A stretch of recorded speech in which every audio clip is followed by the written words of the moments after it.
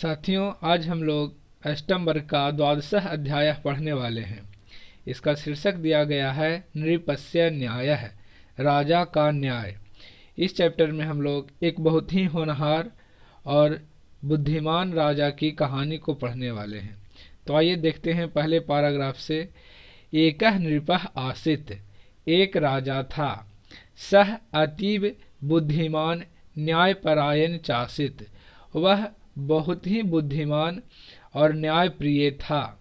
जो राजा था वो बहुत ही बुद्धिमान और न्यायपरायण था, न्यायप्रिय था। तस् प्रखर बुद्धेः निष्पक्ष न्यायस्य च प्रशंसा सर्वत्रासीत्, उसकी प्रखर बुद्धि और निष्पक्ष न्याय की प्रशंसा सभी जगह थी।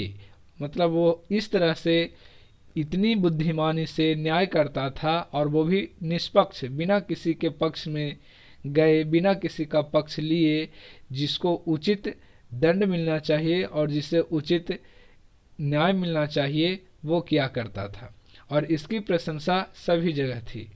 प्रतिदिनं सः राजसभायां स्वप्रजानां निवेदनं श्रुत्वा उचितं न्यायं करोति स्म। प्रत्येक दिन वह राजसभा में अपने प्रजाजनों की निवेदन को सुनकर उचित न्याय किया करता था। आगे है, एकस्मिन् दिवसे तस्य राजसभां परस्परं विवदमानी द्वे स्त्रियौ आगच्छताम्। एक दिन उसके राजसभा में परस्पर यानी आपस में लड़ती हुई दो स्त्रियां, दो महिलाएं आई। तयोः एका गीता अपरा च लता आसीत्, उन दोनों में जो एक थी वो गीता थी और दूसरी लता थी। ते द्वे भगिन्यो आस्ताम, वे दोनों बहनें थी, आपस में वे दोनों बहन थीं। तयोः पार्श्वे एकः शिशुरासीत्, उन दोनों के सामने यानी उन दोनों के पास एक बच्चा भी था। नृपेण तयोर्विवादस्य कारणं पृष्ठम्, राजा के द्वारा उन दोनों के विवाद का यानी झगड़े का कारण पूछा गया। गीतायुक्तम, गीता ने कहा, श्रीमन अहम गीता, गीता कहती है कि श्रीमान मैं गीता हूँ। एषः बालः मम पुत्रो अस्ति, यह बालक, यह बच्चा मेरा पुत्र है। अहमेव अस्य माता अस्मि, मैं ही इसकी माँ हूँ। ऐसा लता मया सह मिथ्या कलहम करोति, यह लता मेरे साथ मिथ्या का मतलब झूठ, झूठ मूठ का कलह करती है, मतलब बेमतलब का हमसे झगड़ा करती है। लता उक्तवती, तब लता कहती है, नहीं श्रीमन, मतलब नहीं श्रीमान, एषः बालः मम एवास्ति, यह बच्चा मेरा ही है। अहम ही अस्य माता अस्मि, यानी मैं ही इसकी माँ हूँ, यह लता कह रही है। आगे है, ऐसा गीता संतानहीन नास्ति, और कह रही है कि यह जो गीता है यह संतानहीन है, इसे कोई बच्चा है ही नहीं। संतानस्य लोभेन ऐसा मिथ्या वदति, संतान के लोभ के कारण यह झूठ बोल रही है। ऐसा लता है जो गीता के बारे में राजा से कह रही है कि यह संतान के लोभ के कारण यह झूठ बोल रही है। नृपः एतयोर्विवादेन चिंतामग्नः जातः, राजा इस विवाद के कारण चिंतित हो गए। विलक्षणः विवादः, राजा ने सोचा यह विचित्र का विवाद है, विचित्र गजब तरह का विवाद है। एकः बालः द्वे मातरौ, एक बालक है, एक बच्चा है और इसकी दो माएँ हैं।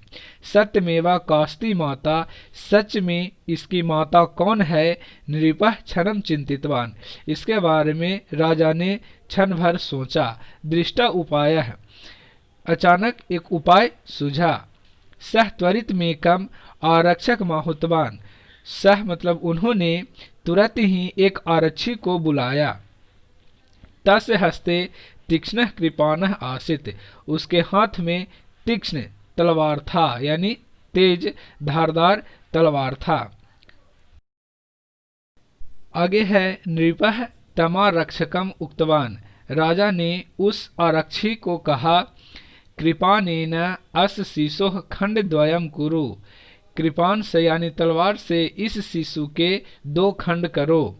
शिरसेव कृपाणम चालय येन अस्य समान रूपेण खंडद्वयम भवेत्, कि सिर पर से ही कृपाण को इस तरीके से चलाओ कि इसके समान रूप से 2 खंड हो जाए। एकम खंडम गीता अपरम च लता स्वीकरोतु, एक खंड को गीता और दूसरे को लता स्वीकार करे। नृपस्यादेशेन आरक्षकः कृपाणमादाय अग्रे आगच्छत्, राजा के आदेश से आरक्षक तलवार लेकर आगे आया। तदा लता तो तूष्णीम स्थिता परंतु गीता उच्चः अक्रंदत, तब जब आरक्षक हाथ में तलवार लेकर के आगे आया तब लता तो चुपचाप रही, बिल्कुल मौन खड़ी रही, लेकिन गीता उच्चः अक्रंदत, गीता जोर से चिल्लाई। सा बालस्य बद्धम निषिद्ध नृपम वदत, वह बच्चे के वध को रोककर राजा को बोली, यानी चिल्लाई कि नहीं ऐसा मत करो, बच्चे को मत काटो। और वो राजा से बोली, श्रीमन यानी श्रीमान, नास्ति मम प्रयोजनम विवादेन, मेरा विवाद करने का कोई प्रयोजन नहीं है, हमें झगड़ा करने की कोई योजना नहीं है। ऐसा लता एतम बालम स्वीकरोतु, यह लता इस बच्चे को स्वीकार करे। सैवा अस्य माता भवतु, वही इसकी माता हो। जीवतु एषः बालः, यह बच्चा जीवित रहे। एतस्योपरि मम अधिकारः मास्तु, इसके ऊपर मेरा अधिकार नहीं है। इस तरह से चिल्लाते हुए गीता बोली, राजा से कही। नृपः इंगितेन आरक्षकम निवारितवान, राजा ने इशारे से आरक्षी को रोक दिया। नृपो वदत, राजा ने कहा, अस्तु यस्यः हृदये शिशोः जीवनम स्वाधिकारात् महतरम सैव तस्य माता भवितुम अर्हति। कहता है राजा, ठहरो, यस्यः हृदय, जिसके हृदय में बच्चे के जीवन का स्वाधिकारात, स्वाधिकारात का मतलब होता है अपने अधिकार से अधिक बड़ा है, सैव तस्य माता भवितुम अर्हति, वही उसकी माता होनी चाहिए।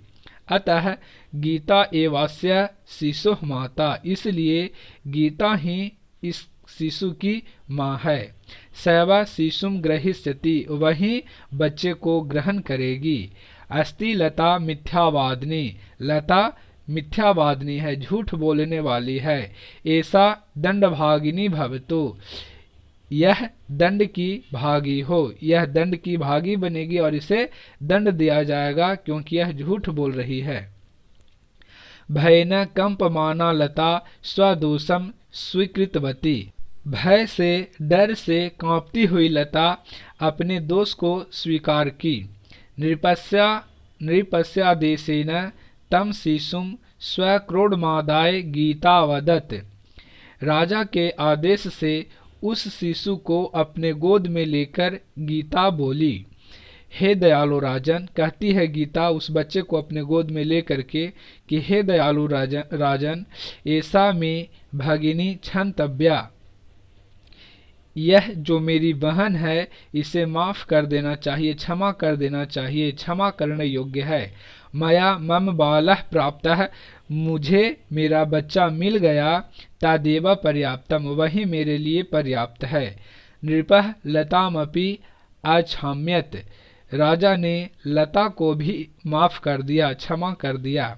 सर्वे नृपस्य न्यायम भूयः प्रशंसितवन्तः, सभी लोगों ने राजा की न्याय को देखकर उसकी प्रशंसा की। मतलब राजा का जो इस प्रकार से न्याय करने की जो शैली थी उसके बारे में लोगों ने आपस में चर्चा की और खूब प्रशंसा की।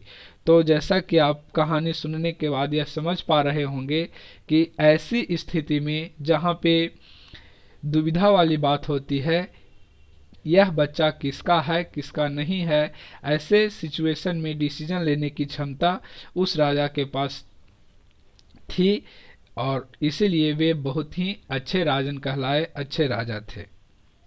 तो साथियों, इस प्रकार से आपका यह 12वां अध्याय संपन्न हुआ। अगर यह वीडियो आपको अच्छा लगा हो तो इसे लाइक करें, अपने साथियों के साथ शेयर करें और चैनल पे नए हैं तो सब्सक्राइब जरूर करें। For more videos, subscribe my YouTube channel Harsh Narayan Pandey.